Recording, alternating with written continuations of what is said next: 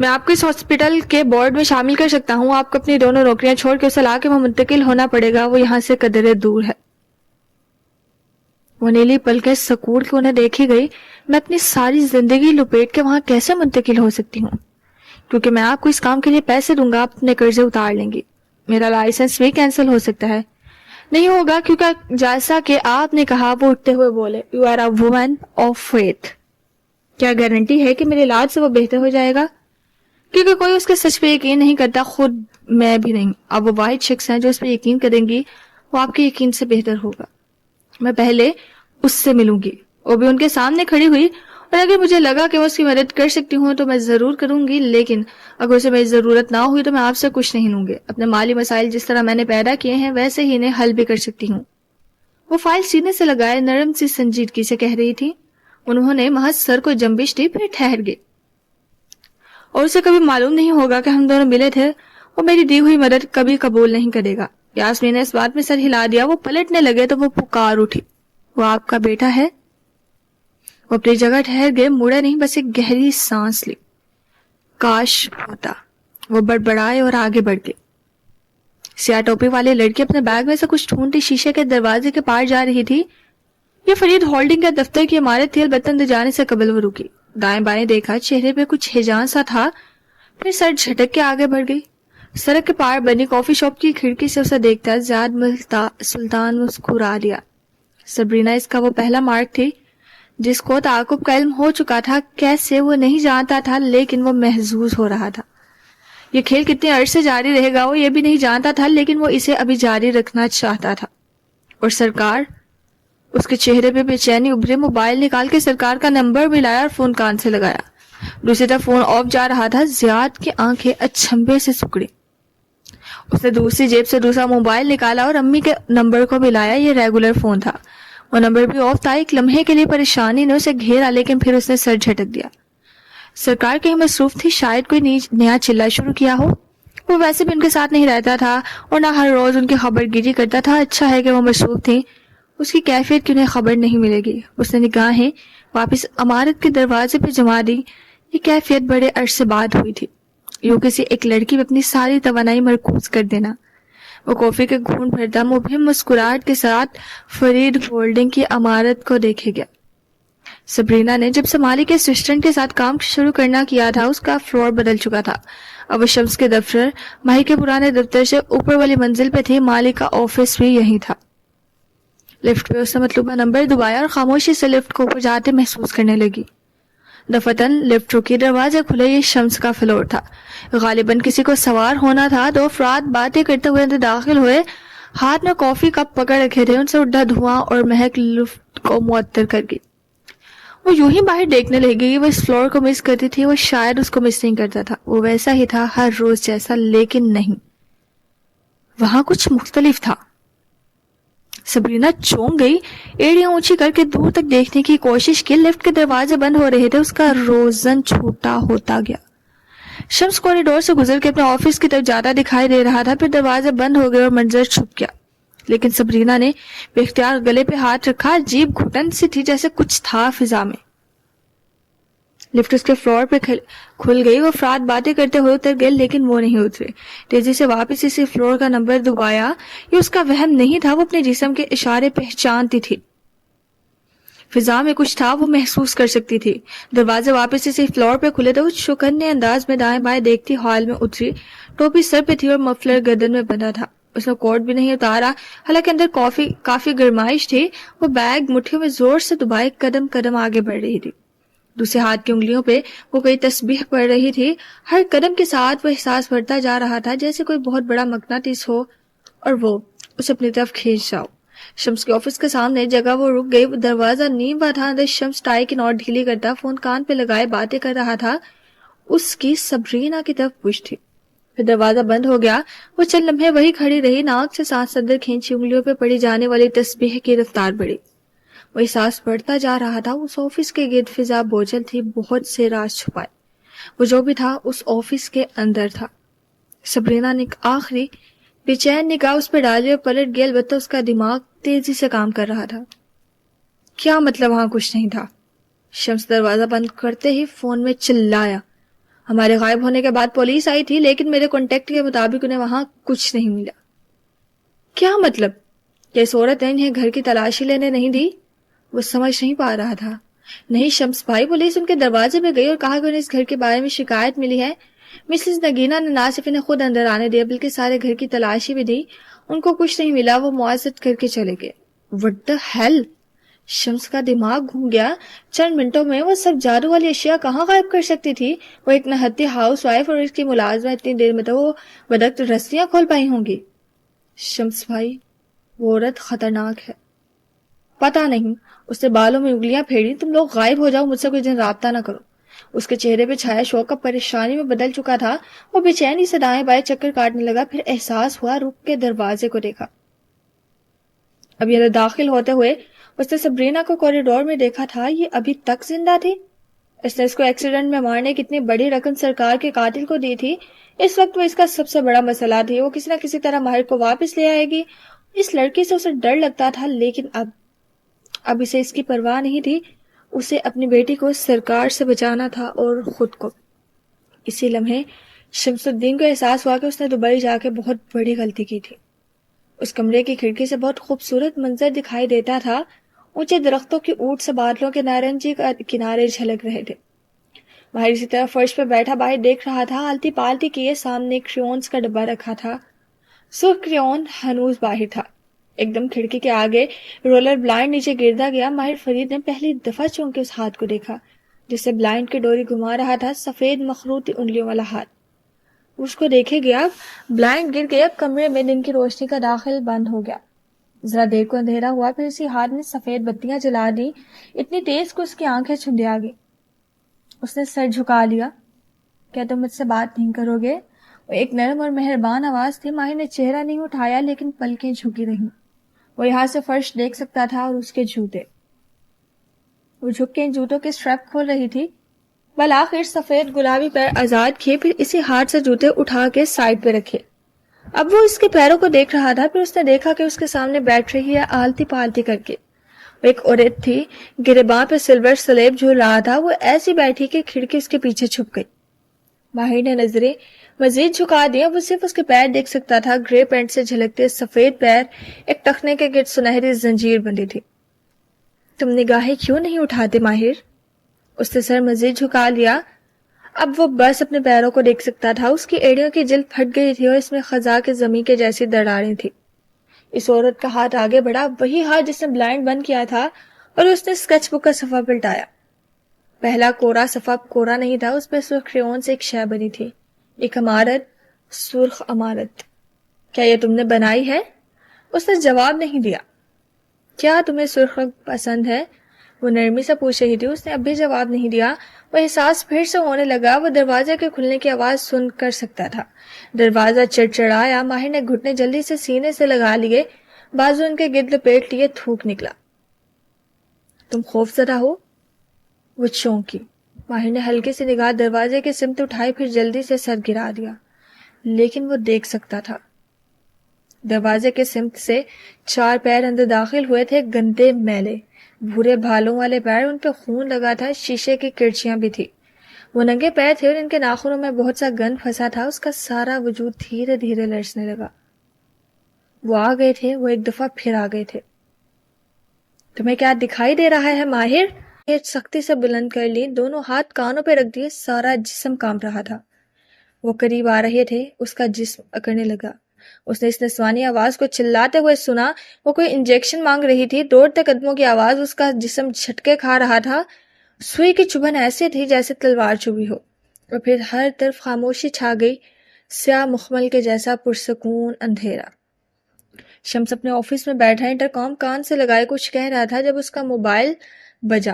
اس نے بیزاری سے موبائل اٹھایا. کوئی غیر شناسا سا نمبر تھا. یقیناً کوئی ٹیلی مارکیٹر ہوگا. ہیلو. وہ پھاڑ کھانے والے لہجے میں بولا. مسٹر شمس الدین، کیا آپ حلال کے والد ہیں؟ یس. کیوں؟ وہ ایک دم چونک کے سیدھا ہوا. آپ کی وائف رابیل اور حلال کا ایکسیڈنٹ ہو گیا ہے. ان کو خون کی ضرورت ہے. فوراً ہسپتال پہنچے. فوراً.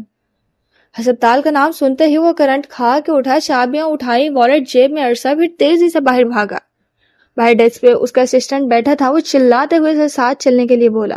دونوں باری باری باہر بھاگے، ساتھ ہی وہ موبائل پہ نمبر بھی ملا رہا تھا۔ مالک، اسے مالک کو کال کرنی چاہیے، نہیں بیربل کو، وہ خود دیکھ لے گا۔ شمس و اس کا اسسٹنٹ لفٹ کے پیچھے غائب ہوا تب وہ ستون کی اوٹ سے وہ نکلی۔ اس کے ہاتھ میں ایک چھوٹا سا برنر فون تھا، اس کو جیب میں ڈالا اور ایک نظر آفس کے دروازے کے اوپر دیکھا۔ وہاں ماہر نے سی سی ٹی وی کیمرہ لگوایا ہوا تھا جو شمس نے تروا دیا تھا۔ وہ اپنے اوپر کوئی نظر نہیں چاہتا تھا۔ اگلے ہی لمحے وہ تیزی سے اندر داخل ہوئی۔ آفس خاموش پڑا تھا۔ شمس کے پرفیوم کی مہک ابھی اندر تازہ تھی۔ سبرینا نے دائیں بائیں دیکھا، وہ محسوس کر سکتی تھی کچھ تھا فضا میں۔ میز کے پیچھے کیبنٹ تھا، وہ جھک کے بیٹھے اور کیبنٹ کھولا۔ اندر ایک لاکر تھا، لاکر کوڈ سے کھلتا تھا۔ ماہر کے جانے کے بعد شمس نے اس لاکر کو استعمال کرنا شروع کر دیا تھا۔ ماہر کے کاغذات مالک کے اسسٹنٹ نے وہاں سے نکال لیے تھے۔ شمس نے لاکر کا کوڈ بدل دیا تھا، البتہ وہ ایک شے بھول گیا تھا کہ ہر لاکر کی ایک ماسٹر کی ہوتی ہے، اور بطور ماہر فرید کی سیکرٹری اس کو معلوم تھا کہ ماہر چابی کہاں رکھتا تھا۔ اس نے لاکر کے پیچھے ہاتھ ڈالا، وہاں ایک چابی ڈک ٹیپ سے چپکی ہوئی تھی۔ تیزی سے چابی اکھیڑی، دل بری طرح دھڑک رہا تھا۔ شمس پارکنگ تک نہیں پہنچا تھا، دماغ ایک دم معاف ہو چکا تھا، اور پھر اسے یاد آیا جس ہسپتال سے کال آئی تھی اس کو ان کی انشورنس کور نہیں کرنی تھی۔ وہ تیزی سے گھر کا نمبر ملانے لگا، اسے اپنے ہاؤس کیپر سے بات کرنی تھی۔ وہ کاغذات میں سے دیکھ کے بتا سکتی تھی کہ ہیلو۔ رابیل کی آواز پہ وہ چونک گیا۔ تم ٹھیک ہو؟ اور حلال وہ کہاں ہے؟ حلال یہی ہے گھر میں۔ کیوں، کیا ہوا ہے؟ الٹا حیران ہوئی۔ سبرینا نے تیزی سے چابی کی ہال میں گھسائی، لاکر کا دروازہ کلک سے کھل گیا۔ وہ مسکرائی۔ شمس چند لمحے پارکنگ میں کھڑا حیران پریشان رہا، پھر ایک دم سر اٹھا کے عمارت کو دیکھا۔ ذہن میں جیسے خطرے کا الارم بجا، وہ تیزی سے واپس بھاگا۔ لاکر کا دروازہ کھولتے ہی دو چھوٹے چھوٹے خانے سامنے آئے، بہت سے نوٹوں کے بنڈل، کاغذات، سب کچھ ویسا ہی تھا جیسے کسی سی ای او کے لاکر میں ہونا چاہیے، البتہ وہاں چند قیمتی گھڑیاں بھی تھیں۔ وہ چونکہ یہ ماہر کے باپ کی تھی، شمس نے ان پہ بھی قبضہ کر لیا تھا۔ اف! اور پھر سے وہ شے نظر آئی۔ سبرینا نے گہری سانس لی، اس کی حسیات اسی شے کو ڈھونڈ رہی تھی، صحت زدہ شے جس کی بدبو تسبیح پڑھنے والے کو کئی فٹ دور سے آ جاتی ہے۔ شمس تیزی سے لفٹ میں داخل ہوا، بار بار ایک ہی نمبر پریس کیا، شاید اس طرح وہ جلدی پہنچ جائے گا۔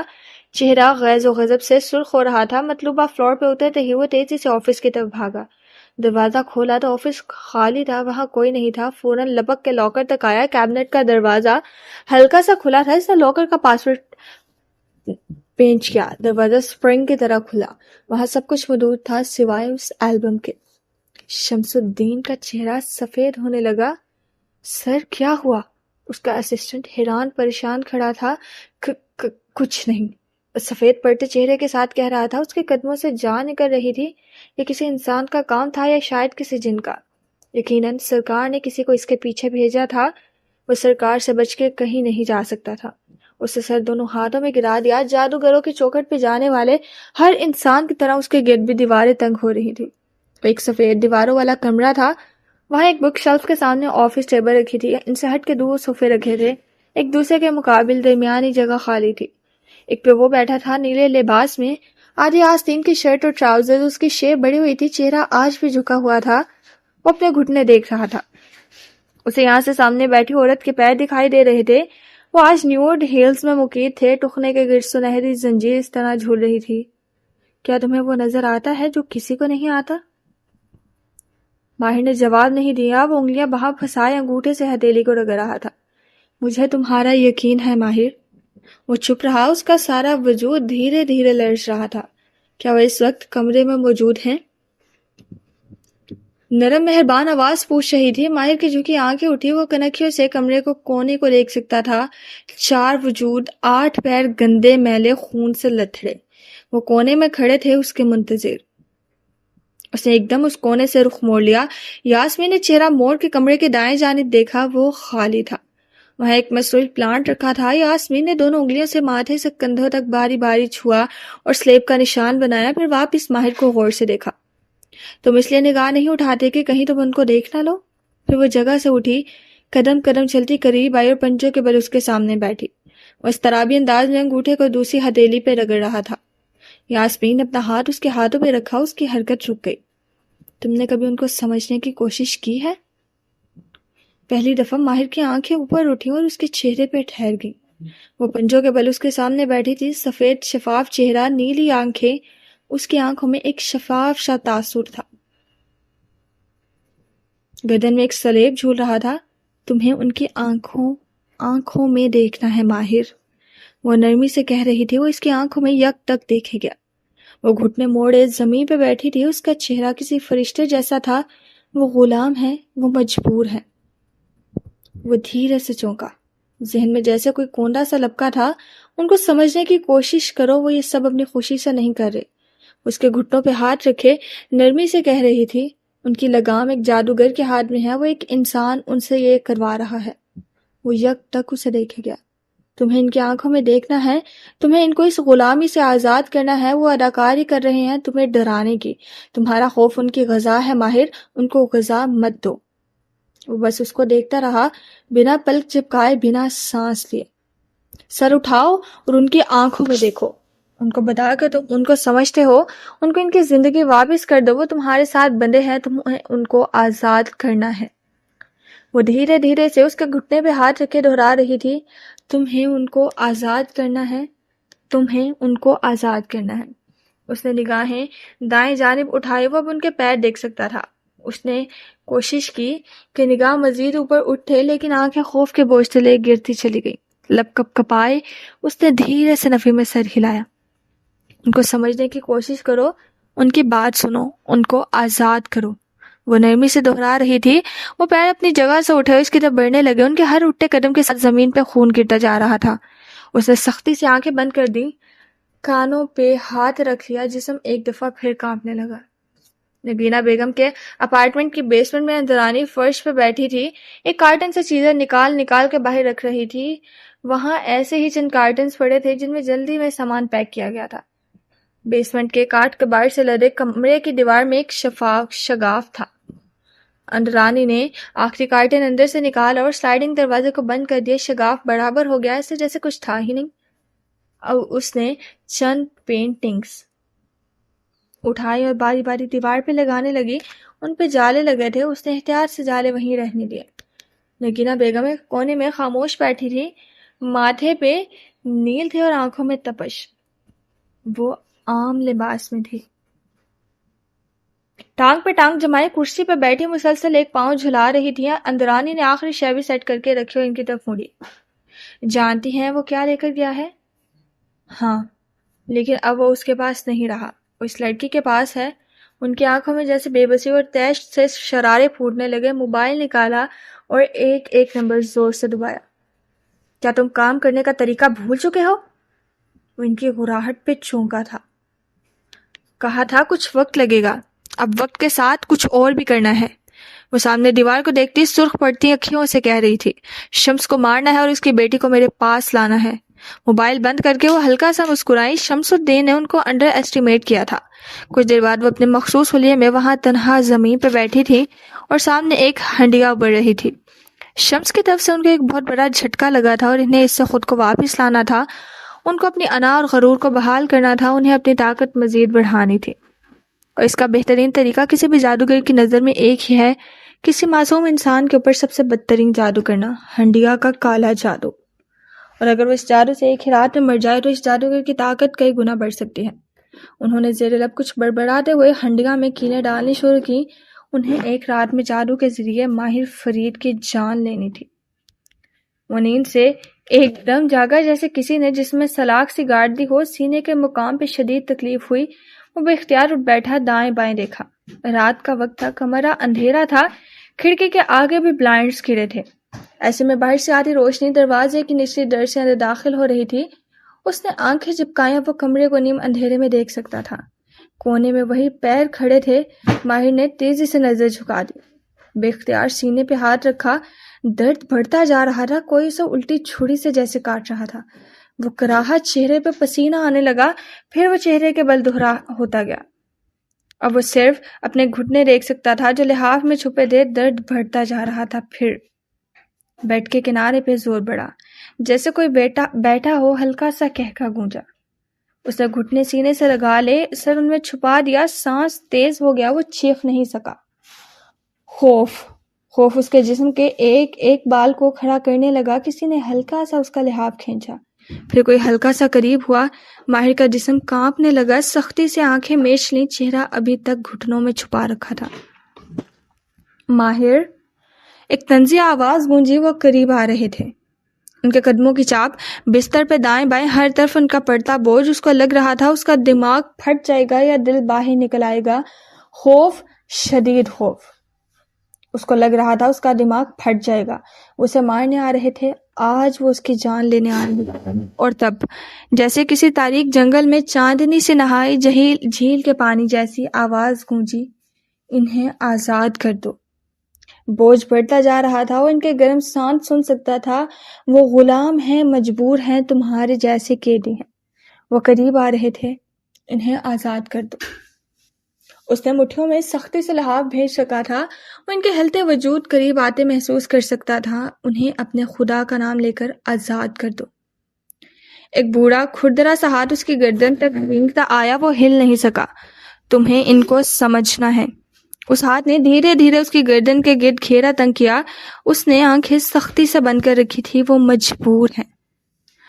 دو ہاتھوں نے اس کی گردن دبانی شروع کی. اس کا سانس گھٹنے لگا. تمہیں ان کی آنکھوں میں دیکھنا ہے. ماہر فرید نے ایک دم آنکھیں کھولیں. اس کے سامنے تھا. اس کا چہرہ سیاہ تھا. اس پہ کتے جیسے بھورے بال تھے. آنکھیں سرخ تھیں اور دانت پیلے. وہ بھیڑی اور کتے کی کھال جیسی جلد رکھتا تھا. اس کو اپنے طرف دیکھتا پا کے وہ مسکرایا. پیلے نوکیلے دانت چمکے. تم غلام ہو. اس کے لب پھڑ پھڑائے. آنکھیں بنا چھپکے اس کے چہرے پہ مرکوز تھیں. اس کو پیچھے تین اور بھی دکھائی دے رہے تھے. اپنے دائیں بائیں وہ قریب آ رہے تھے لیکن وہ اسی کو دیکھ رہا تھا. تم غلام ہو. اس کی آواز حلق سے پھنسی پھنسی سے نکلی. تمہیں اس نے قید کر رکھا ہے. وہ جیسے کسی خواب کسی کیفیت میں بول رہا تھا. پلکیں جھپکنا بھول چکی تھی. پہلی دفعہ اسے ان سرخ انگارہ آنکھوں میں کچھ دکھائی دیا. کچھ غیر آرام دہ سا. ایک بے بسی، ایک غلام کی بے بسی. بس وہ ایک کمزور لمحہ تھا. وہ لمحہ ماہر فرید نے دیکھ لیا تھا اور اگلے ہی پل اس نے جھپٹ کے اس کا ہاتھ پکڑ لیا. وہ ہاتھ ایسے کھردرا تھا جیسے کریلے کا خول ہو. اس کے ناخن ماہر کی گردن میں گھس رہے تھے لیکن وہ سختی سے اس کا ہاتھ جکڑے اس کی آنکھوں میں دیکھ رہا تھا. تم کچھ بھی نہیں ہو. تم بس ایک غلام ہو. اس کی آواز اب کے گھراہٹ کی صورت نکلی. وہ اپنے آفس میں تھا. ایک سرخ دھند آنکھوں پہ چھائی تھی اور وہ کچھ اٹھا کے سبرینا کے سر پہ مار رہا تھا. تم کچھ بھی نہیں ہو. وہ اپنے باپ کے ہاسپٹل بیڈ کے ساتھ بیٹھا تھا. ان کا ہاتھ تھامے وہ نیم آنکھوں سے اسے دیکھ رہے تھے. تم ایک غلام ہو. وہ اس کو لینے آئے تھے. وہ چلا رہا تھا اور اس کے ہاتھ باندھے اسے ذہنی امراض کے ہسپتال لے جا رہے تھے. تم تو کچھ بھی نہیں تھے. وہ کمرہ نمبر 555 کے فرش پہ کمر کے بل گرا ہوا تھا. اس کے جسم میں سوئیاں سی چبھ رہی تھی، نشتروں جیسی سوئیاں. وہ چلا رہا تھا. آنکھوں سے آنسو بہ رہے تھے. تم مجھ سے زیادہ بے بس تھے. پہلی دفعہ ماہر نے اس مخلوق کے چہرے کی مسکراہٹ کو الجھن میں بدلتے دیکھا. اس نے یہ بھی دیکھا کہ وہ باقی تینوں قدرے خوف سے اپنے بڑے کو دیکھ رہے تھے. وہ جس کا ہاتھ ماہر کی گردن پہ تھا اور اس کے ہاتھ کو ماہر کا ہاتھ دبوچے ہوئے تھا. تم غلام ہو. وہ بولا تو آواز اونچی تھی. اور میں تمہیں اپنے اللہ کے نام کے ساتھ آزاد کرتا ہوں. اس نے جھٹکے سے اس کا ہاتھ پیچھے کھینچا. اس مخلوق کے ناخنوں کے ساتھ اس کی گردن کی جلد بھی چھلتی چلی گئی. شاید خون بھی نکلا تھا. میں تمہیں اپنے اللہ کے نام کے ساتھ آزاد کرتا ہوں. وہ اس کی آنکھوں میں دیکھ کے کہہ رہا تھا. اس کا جسم پسینے سے تر تھا. بال بھیگے ہوئے تھے اور سانس تیز تیز آ رہا تھا. جاؤ، تم آزاد ہو. اس نے جھٹکے سے اس کا ہاتھ دور پھینکا. وہ پیچھے نہیں ہٹا. وہ اسے گھورے گیا. وہ تینوں اس کے کندھوں کے دائیں بائیں اکٹھے ہو گئے. اس کو خون آشام آنکھوں سے دیکھ رہے تھے. ان کی اصل شکل نہیں تھی. یہ سب سے خوفناک شکل تھی جو وہ بنا سکتے تھے. لیکن اس کی نظریں نہیں جھکیں. میں اپنے اللہ کے نام سے تمہیں آزاد کرتا ہوں. وہ وہیں کھڑے رہے جم کے. وہ اس کو دیکھ رہے تھے ہونٹ بھینچے سرخ آنکھوں سے. اگر تمہیں، تیز سانسوں کے درمیان اس کی آواز بلند ہوئی، اگر تمہیں اللہ کا ذرا سا بھی خوف ہے تو آج کے بعد تم میرے قریب نہیں آؤ گے. وہ وہاں سے نہیں ہلے. وہ بس اسے دیکھے گئے عجیب سی نظروں سے. اور وہ پسینے میں بھیگا چہرہ لیے سرخ چھلی ہوئی گردن کے ساتھ واپس ان کی آنکھوں میں دیکھ رہا تھا. میں تمہیں اللہ کے نام کے ساتھ آزاد کرتا ہوں. اس کی آواز مزید اونچی ہوتی گئی. تم جہاں سے آئے ہو وہیں پلٹ جاؤ. کچھ تھا جو ان کے چہروں میں بدلا، ایک ایسا تاثر جسے وہ کبھی کوئی نام نہ دے سکے، خوف۔ اس نے پہلی دفعہ ان کو خوف زدہ دیکھا۔ میں اللہ کے نام کے ساتھ کہتا ہوں کہ اس کی غراہٹ ٹوٹ ٹوٹ کے نکل رہی تھی، جسم ابھی تک کپ کپا رہا تھا لیکن اب وہ خوف زدہ نہ تھا کہ تم وہیں پلٹ جاؤ جہاں سے آئے تھے۔ وہ ایک قدم پیچھے ہٹے، ان کے کندھے ڈھیلے پڑنے لگے۔ میں دعا کرتا ہوں کہ تمہارا جادو جہاں سے آیا ہے مجھے تکلیف دیے بنا وہیں پلٹ جائے۔ ان کے جسم سے دھیرے دھیرے دھواں سا اٹھنے لگا، اس کی آواز مزید بلند ہوتی گئی۔ وہ جس نے میرے باپ کے دماغ پہ جادو کیا تھا، انگلی اٹھا کے وہ چلا رہا تھا، وہ جس نے میری ماں کے دل پہ جادو کیا تھا، وہ خوفزدہ چہروں کے ساتھ پیچھے ہٹ رہے تھے۔ وہ جس نے میرے اوپر جادو کیا ہے، وہ کھڑکی کے ساتھ اکٹھے ہو گئے۔ میں دعا کرتا ہوں کہ وہ گٹھری صورت ایک دوسرے کے ساتھ لگ گئے کہ تم اپنا جادو لے کر اسی کے اوپر پلٹ جاؤ۔ ایک زور کا چھناکا ہوا، کھڑکی کا شیشہ ٹوٹا، ہر طرف کرچیاں بکھر گئیں، تیزی سے بھاگتے قدموں کی آواز آئی، پھر دروازہ کھلا، بتیاں جلائی گئیں، اسکربز میں ملبوس اسٹاف دوڑتا ہوا اندر داخل ہوا۔ کمرہ اب روشن تھا، وہاں صرف دھوئیں کی بدبو تھی اور ٹوٹا ہوا شیشہ۔ وہ جا چکے تھے۔ نرس اسے سر تعصب سے ہلاتی کوئی انجیکشن دے رہی تھی، اسٹاف اس کے گردن کے زخموں کو دیکھ رہا تھا اور وہ پسینے سے تر چہرہ لیے تیز تیز سانسوں کے درمیان ٹوٹی کھڑکی کو دیکھ رہا تھا۔ وہ جا چکے تھے۔ ہزاروں میل دور اپنے بیسمنٹ میں بیٹھی نگینہ بیگم نے مسکرا کے پتلا رکھا ہوا، اس کی گردن کے گرد ڈوری باندھ چکی تھی، اس میں پھونک مار چکی تھی، اس گرہ کو کوئی نہیں کھول سکتا تھا۔ اب وہ اٹھ کھڑی ہوئی، لباس تبدیل کیا، بالوں کی چوٹی گوندی، وہ ایک گندی میلی جادوگرنی سے ایک توانا اور جوان نظر آنے والی خاتون دکھائی دینے لگی۔ پھر ایک ایک زینہ چڑھتی اوپر آئیں، دروازہ بند کیا۔ لاؤنج میں بیٹھے سلطان صاحب نے کتاب کے پیچھے سے ان کو آتے دیکھا اور طنزیہ مسکرا کے سر جھٹکا، پھر کچھ بڑبڑا کے کتاب کی طرف مصروف ہو گئے۔ وہ مسکرا کے ان کو نظر انداز کرتی کچن تک آئی، کیبنٹ کے شیشے کے دروازے میں اپنا عکس دیکھا، وہ سرکار تھیں۔ ان کا کوئی کچھ نہیں بگاڑ سکتا تھا۔ آج رات کے بعد ان کی طاقت مزید بڑھ جائے گی۔ شمس الدین جیسوں کو تو وہ سالم نگل سکتی تھی۔ وہ سنک کے قریب آئی اور شیلف سے ایک مگ اٹھایا، اور اسی وقت ایک دم کسی نے انہیں گردن سے پکڑا۔ ان کی کراہ بھی نہ نکل سکی، وہ بے اختیار دھری ہوئی۔ مگ ہاتھ سے چھوٹ کے فرش پہ گرا اور چور ہو گیا۔ کچھ اور بھی تھا، فرش پہ گرا تھا، ان کے منہ سے نکلی خون کی الٹی۔ وہ بے اختیار میدے پہ ہاتھ رکھے دوہری ہوئی، سارے جسم میں کسی نے برچھیاں چلا دی تھی۔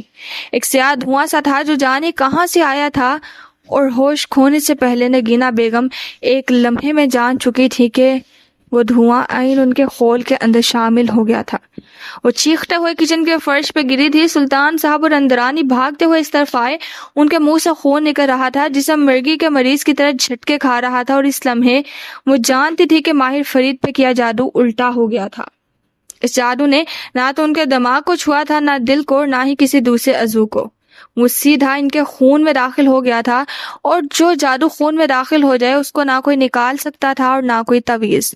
1 ماہ بعد نگینہ بیگم کو بلڈ کینسر ڈائیگنوز ہوا تھا۔ موجودہ دن کشمالہ مبین کوٹ کی جوبوں میں ہاتھ ڈالے تیز قدموں سے چلتی اس طرف آ رہی تھی۔ وہ ایک بحری جہاز کے عرشے جیسی جگہ تھی، ایک طرف عمارت، دوسری طرف گزرگاہ، اور اس کے ساتھ ریلنگ جس کے پار پانی دکھائی دے رہا تھا۔ وہ ریلنگ کے کنارے کھڑا تھا، اس کی طرف سے کمر موڑے، کوہنیاں ریلنگ پہ جمائے وہ پانی کو دیکھ رہا تھا۔ وہ اس کے عین پیچھے جا کے رکی، چند لمحے اس فریب کار کے پشت دیکھتی رہی۔ کیف؟ وہ ایک دم پلٹا،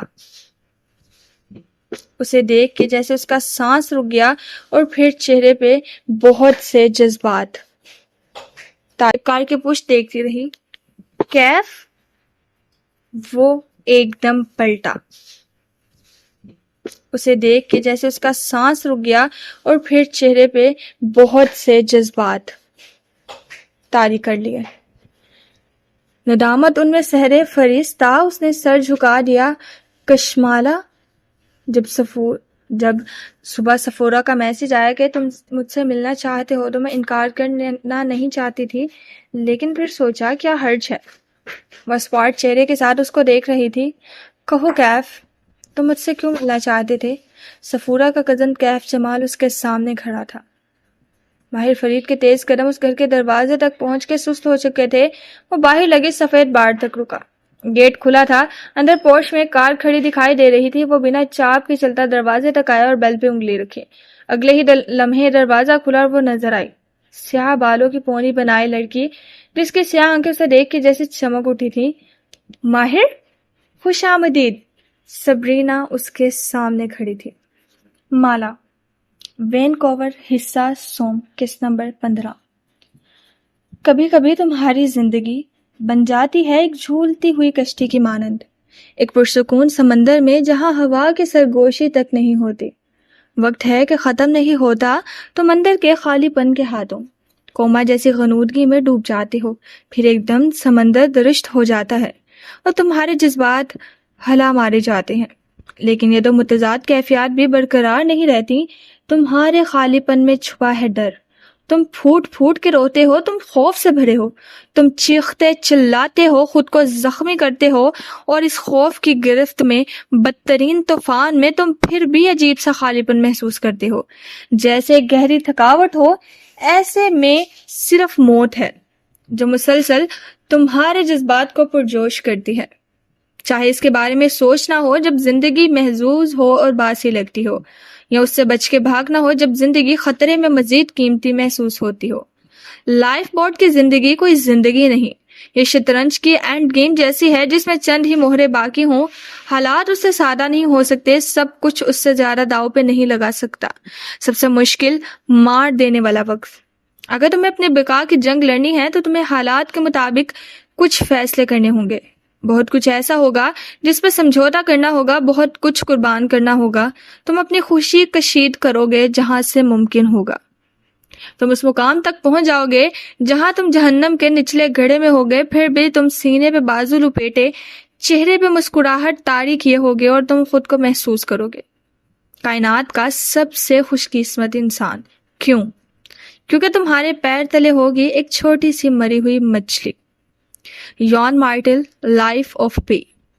وہ عرشے کی ریلنگ کے ساتھ کھڑی تھی، ہوا سے اس کے بال پیچھے کو اڑ رہے تھے، کوٹ کے کالر کھڑکھڑا رہے تھے، جیبوں میں ہاتھ ڈالے وہ آنکھیں مشکوک انداز میں چھوٹی کیے سامنے کھڑے نوجوان کو دیکھ رہی تھی۔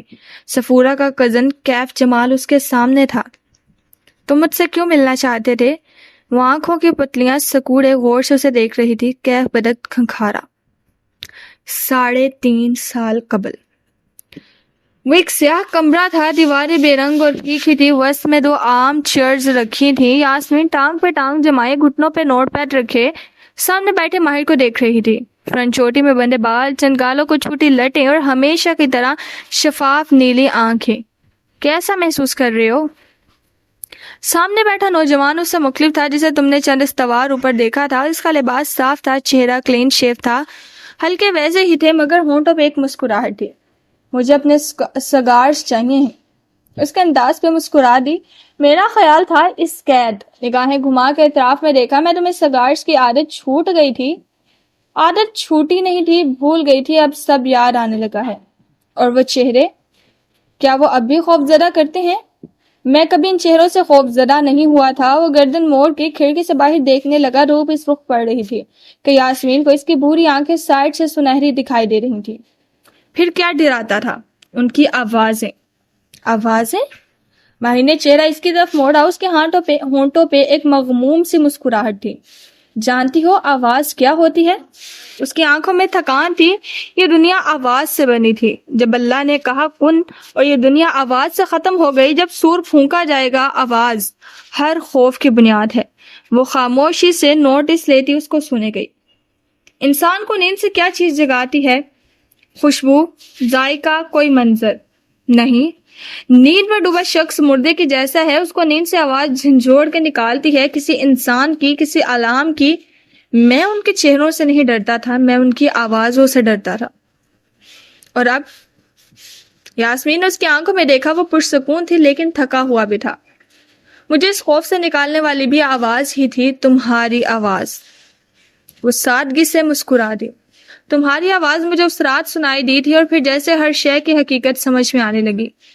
اب تم کیا کرو گے؟ جب تک مجھے اس ادارے سے کلیئرنس نہیں ملتی، میں اپنے زخم بھروں گا۔ وہ تمام کام جو میں اتنا برس نہیں کر سکا، وہ تمام عمارتیں جو میں نہیں بنا سکا کیونکہ میں صرف پیسہ بنا رہا تھا۔ مجھے زبانیں سیکھنے کا شوق تھا، کیلی گرافی کا شوق تھا، کتابیں پڑھنے کا شوق تھا، میں آرٹسٹ تھا۔ میرے باپ نے مجھے بزنس مین بنا دیا، مجھے اپنا آرٹ واپس چاہیے۔ ماہر اپنے کمرے کے فرش پر بیٹھا تھا، اس کے سامنے چند کاغذ بکھرے پڑے تھے اور وہ بہت انہماک سے ایک لکیر کھینچ رہا تھا۔ گریفائٹ پینسل، اسکیچ بکس، رنگ، نقشے، وہ ان سب میں گھرا بیٹھا تھا۔ اور تمہارے خوف؟ ہم صرف ان چیزوں سے ڈرتے ہیں جن کو ہم سمجھ نہیں سکتے۔ زیاد سلطان تیزی سے بھاگتا ہوا ہسپتال کے کوریڈور میں آگے بڑھ رہا تھا۔ ایک کمرے کے سامنے وہ ٹھہرا۔ دروازے کے شیشے کے شگاف سے وہ اندر کا منظر دیکھ سکتا تھا۔ اس کی آنکھیں نم ہوئی۔ بیڈ پہ نالیوں سے جکڑی نگینہ بیگم آنکھیں موندے دکھائی دے رہی تھی۔ انسان اپنے خوف کو سمجھ جائے تو وہ خوف ہوا ہو جاتا ہے۔ زیاد ان کے بیڈ کے ساتھ بیٹھا تھا، ان کا ہاتھ اپنے ہاتھوں میں تھامے وہ یاسیت سے ان کا چہرہ دیکھ رہا تھا۔ نگینہ بیگم نے دھیرے سے آنکھیں کھولی۔ وہ چند دنوں میں ہڈیوں کا ڈھیر بن چکی تھی۔ یہ سب ایک شخص کی وجہ سے ہوا ہے۔ ان کی آواز کانپی۔ اس نے میرے اوپر جادو کیا ہے۔ نفس تیز تھا۔ کون؟ زیاد کے اعصاب تن گئے، آنکھوں میں سرخی سی اتری۔ ماہر فرید، وہ اس کی آنکھوں میں دیکھ رہی تھی۔ وہ لڑکی جس کو اب تک تم مار نہیں سکے، اس کے دل پہ بھی اسی شخص کا قبضہ ہے زیاد۔ وہ دونوں ایک دوسرے کو پسند کرتے ہیں۔ زیاد کا چہرہ سرخ ہونے لگا، کن پٹی کی نس ابھرنے لگی۔ یہ وہ پہلی دفعہ تھا جب زیاد سلطان کے دل میں ماہر فرید کی نفرت کا بیج اپنے قدم جمانے لگا تھا۔ اس سے پہلے ماہر فرید اس کی ماں کے کلائنٹ کا دشمن تھا، ایک سائیڈ کریکٹر، اور اب وہ زیاد سلطان کی کہانی کا ولن تھا۔ ماہر فرید سے اس سے بڑا بدلہ کیا ہوگا کہ تم اس کی محبوب لڑکی کو جان سے مار دو۔ میں یہ نہیں کہتا کہ میں اب ٹھیک ہوں، وہ کسی ناسور کی طرح میرے جسم کو چوس رہے تھے۔ ان کے جانے سے زخم کا گھاؤ مندمل نہیں ہو گیا، اس میں وقت لگے گا۔ وہ انسٹیٹیوٹ کے لان میں ٹہل رہا تھا، اس کے ہاتھ میں تسبیح تھی۔ ارد گرد ویل چیئرز پہ آتے جاتے مریضوں سے بے نیاز سر جھکائے وہ اپنی تسبیح کے دانے گرا رہا تھا۔ درختوں کے قریب سے اٹھی سرگوشیاں کان سے ٹکرائیں، لیکن وہ چہرے کے تاثرات سپاٹ رکھے سامنے سے گزر گیا۔ ابھی رات کو میرا جسم کانپنے لگتا ہے، ان کے زہر کا اثر آج بھی محسوس ہوتا ہے۔ میں اب بھی ان کی آوازیں سن سکتا ہوں۔ جادو ختم ہو جائے تب بھی انسان پہلے جیسا نہیں رہتا، وہ حساس ہو جاتا ہے۔ وہ کمرے میں دائیں سے بائیں ٹہل رہا تھا، ہاتھ میں ایک کتاب پکڑی تھی جسے وہ پڑھتا جا رہا تھا۔ دفتن درختوں کے قریب سے سرسراہٹ سنائی دی۔ اس نے کھلی کھڑکی کو دیکھا، پھر کتاب رکھ دی، کھڑکی کی کنڈی بند کی، زیر لب اعوذ باللہ پڑھا، تب ہی دروازہ کھلا۔ گلابی سکربز والی لڑکی ٹرے اور پانی کا گلاس لیے کھڑی تھی۔ وہ زخمی سا مسکرایا، گولیاں ٹرے سے اٹھا کے پھانکی، پانی کا گھونٹ بڑا، ایک خاموش نظر کھڑکی پہ ڈالی اور بستر کی طرف بڑھ گیا۔ میرا جسم حساس ہو چکا ہے۔ جب میرے قریب سے ارواح خبیثہ گزرتی ہیں تو انہیں محسوس کر سکتا ہوں، میں ان کی سرگوشیاں سن سکتا ہوں۔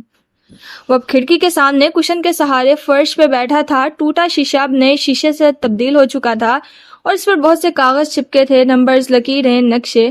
وہ انہماک سے کاغذ پہ کچھ لکھ رہا تھا۔ پیچھے بستر اور فرش دونوں پہ کتابوں کے انبار لگے تھے۔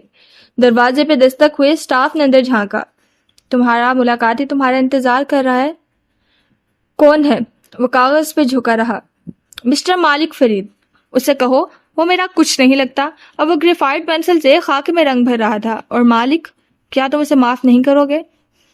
اس نے اس وقت مجھ پہ اعتبار نہیں کیا جب مجھے اس کی ضرورت تھی، مجھے اب بھی اس کی ضرورت نہیں ہے۔ اب مجھے کسی کی بے اعتباری کا خوف نہیں۔ خوف کے آگے کیا ہے ماہر؟ نگینہ بیگم اندرانی کا ہاتھ پکڑے سٹک کے سہارے گھر میں داخل ہو رہی تھی۔ وہ چند دنوں میں جیسے بوڑھی ہو گئی تھی۔ نحیف چہرہ، جھکی ہوئی کمر، سفید بال۔ میری تسبیح لاؤ، انہوں نے حکم دیا۔ اندرانی نے پریشانی سے انہیں دیکھا۔ سرکار، ابھی آپ کی جسمانی حالت ایسی نہیں کہ میری تسبیح لاؤ۔ ان کی آنکھیں سرخ انگارہ ہوئیں۔ خوف آگ سے بنا ہے، اس کی تپش جھلسا دیتی ہے، مگر ہم انسان پانی سے بنے ہیں، ہمیں زندہ رہنے کے لیے پانی چاہیے۔ اندرانی نے تسبیح تھمائی تو انہوں نے دیکھا ان کے ہاتھ کپ کپا رہے تھے۔ انہوں نے آنکھیں بند کی اور منتر پڑھنا چاہا۔ وہ سب کہاں گئے ان کے بہترین موکل؟ پہلے آصف اور اب وہ چاروں۔ وہ نہیں تھے، پکارنے پہ بھی نہیں آئے، وہ بھاگ گئے تھے، وہ آزاد ہو گئے تھے۔ ان کے برسوں کی محنت رائے گاں گئی تھی۔ ان کے جسم سے جیسے ساری توانائی نچڑنے لگی، تسبیح ہاتھ سے گر گئی، نڈھال سی پیچھے کو گرتی گئی۔ ان کا جسم ابھی چند ماہ تک کسی نئے جادو کا متحمل نہیں ہو سکتا تھا۔ ماہر فرید نے نہ جانے کیا کیا تھا، لیکن سب کچھ الٹا ہو گیا تھا۔ خوف کے آگے پانی ہے، ایک گہرا سمندر، اور میں تیرتا ایک اکیلا انسان جو سروائیول کی جنگ لڑ رہا ہوں۔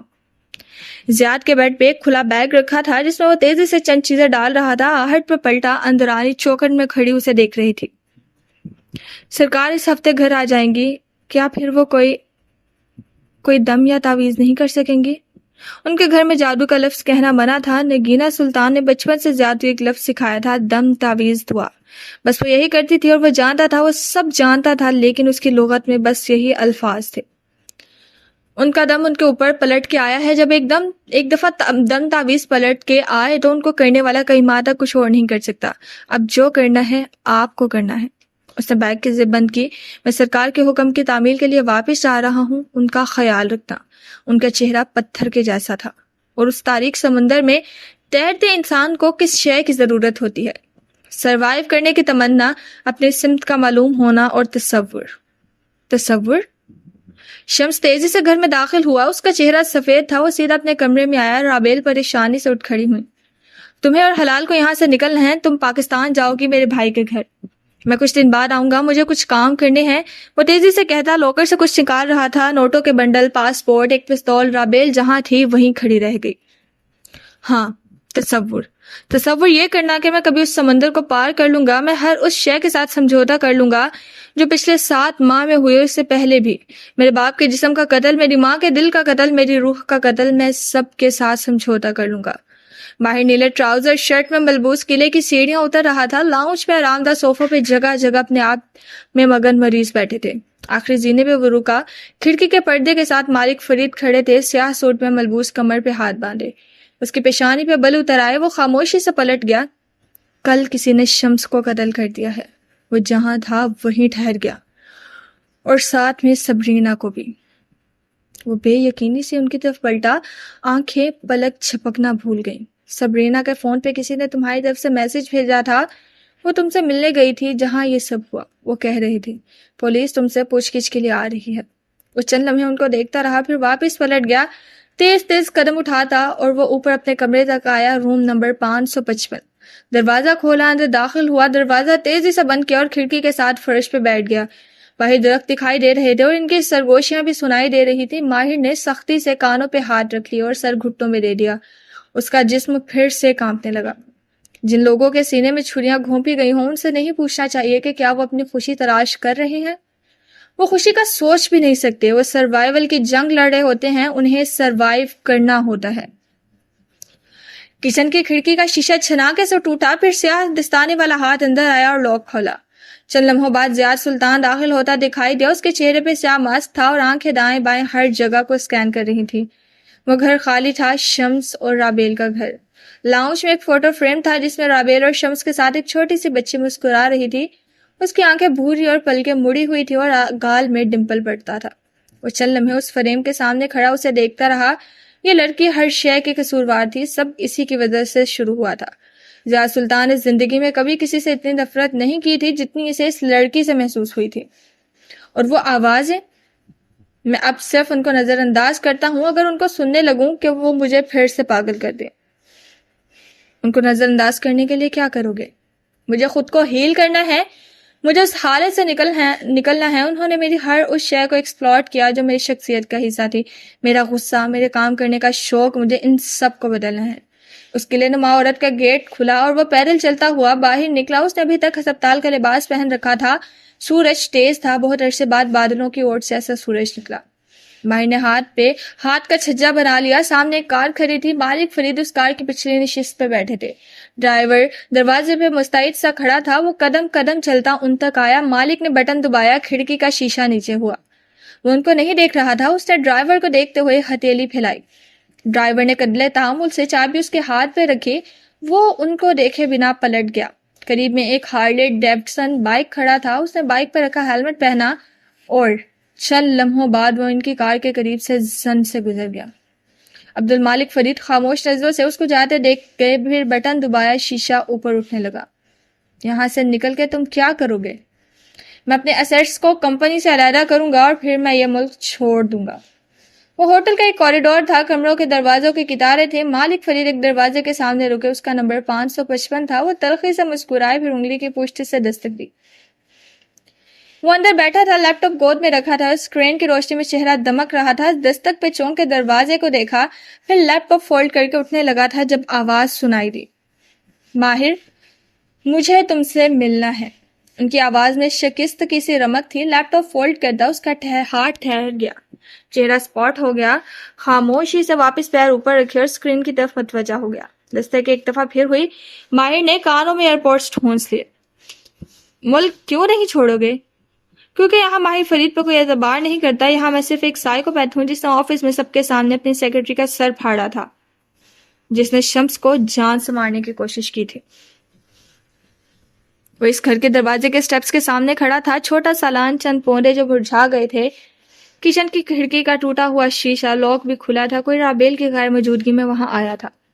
ماہر نے دروازہ کھولا۔ ہال وے کے سرے پہ وہ وال ہینگنگ اسی طرح آویزہ تھی، مون فیزز، چاند کے ادوار، حلال سے بدر اور بدر سے حلال تک کا سفر۔ وہ چند لمحے اسے دیکھتا رہا، چہرے پہ الجھن تھی۔ حلال کہاں گئی؟ اس کی ماں کا اب تک پتہ کیوں نہیں چلا تھا؟ تم مالک کو سزا دینا چاہتے ہو؟ ضیاء سلطان ڈرائیو کرتے ہوئے موبائل پہ ایک لوکیشن دیکھ رہا تھا۔ اب اس نے پی کیپ نہیں پہن رکھی تھی، سادہ شلوار قمیض اور آنکھوں پہ گلاسز۔ بالآخر مطلوبہ گھر کے سامنے اس نے کار روکی۔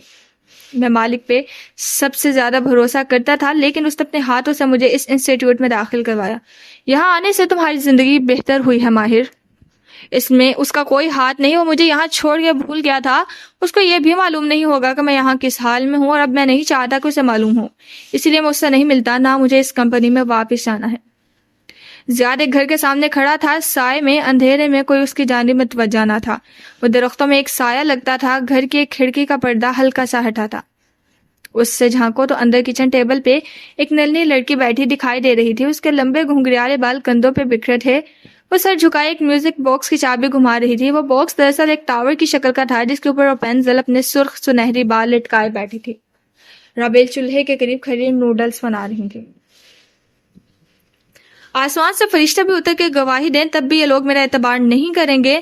لوگ مجھے میری کریڈیبلٹی کی وجہ سے بزنس دیتے تھے، اس جادو نے مجھ سے وہی چھین لیا۔ رابیل کچھ لینے کے لیے لاؤنج میں آئی تھی، ایک دم چونک کے رک گئی۔ وہاں کوئی بیٹھا تھا، اندھیرے میں کوئی سایہ سا ہو۔ ہیلو مسز شمس الدین، آواز پہ وہ ڈر سے کہیں، اس سے پہلے کہ وہ کچھ بول سکتی اس نے جھکا ہوا ہاتھ اونچا کیا۔ اس میں کیا سائلنسر لگا بریٹا تھا۔ میرے پاس وقت ضائع کرنے کے لیے نہیں ہے، میں حلال کو لینے آیا ہوں۔ کہتے ہوئے وہ اٹھا، وہ واپس پلٹی، تیزی سے پیچھے کو بھاگی، لیکن وہ اس سے تیز نہیں تھی۔ میں ان لوگوں میں واپس نہیں جاؤں گا جن کے سامنے مجھے میرے باپ کے دفتر سے بے دخل کیا گیا تھا، اور وہ لوگ جو مجھ سے ملنے کبھی یہاں نہیں آئے، میری ماں ان میں سر فہرست ہے۔ حلال کھڑکی کی طرف کروٹ لیے لیٹی تھی، آہٹ پہ اس کی آنکھیں ایک دم کھلی، چونک کے اٹھ بیٹھی۔ وہ اس کے سرہانے کھڑا تھا، اسے دیکھ کے ہلکا سا مسکرایا۔ ہیلو روپنزل، تمہیں میرے ساتھ کہیں جانا ہے۔ حلال کی آنکھوں میں بہت کچھ ایسا ابھرا تھا، بے بسی، خوف اور قبولیت۔ وہ بالآخر اسے لینے آ چکا تھا۔ کمرے سے نکلتے ہوئے حلال نے دیکھا تھا رابیل کی لاش لاؤنج کے فرش پہ گری ہوئی تھی، ان کے قریب ایک پلاسٹک بیگ رکھا تھا۔ کیا تم کبھی اپنی ماں کو معاف کر سکو گے؟ کس چیز کے لیے؟ تمہارے بیمار باپ کو چھوڑنے کے لیے، غلط شادی کے لیے۔ وہ ہیلمٹ پہنے بائک کے ہینڈلز پہ ہاتھ رکھے ایک مصروف شاہراہ پہ اسے بھگا رہا تھا۔ طویل سڑکیں، نہ ختم ہونے والی راتیں۔ ایسے میں فون بجنے لگا، اس نے کان میں لگا ایئرپوڈ آن کیا۔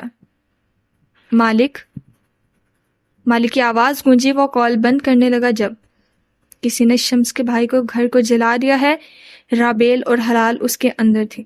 وہ کچھ اور بھی کہہ رہے تھے، لیکن اس کی نگاہوں کے سامنے صرف دھواں بھر رہا تھا۔ اس نے اپنے ہاتھ ہینڈل سے سلپ ہوتے دیکھے اور بائک کسی کھلونے کی طرح ایک ٹرک کے اندر جا لگا۔ اب ہر طرف خاموشی تھی۔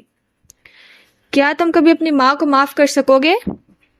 وہ ہسپتال کے بیڈ پہ آنکھیں بند کیے لیٹا تھا، ایک ٹانگ پٹیوں میں جکڑی ہوئی تھی، جسم کے ساتھ کئی نالیاں اور تاریں لگی تھیں۔ اس کے سرہانے کھڑے مالک فرید دھیرے دھیرے کچھ کہہ رہے تھے، اس کی بند آنکھیں گیلی تھی، بار بار نفی میں سر ہلاتا۔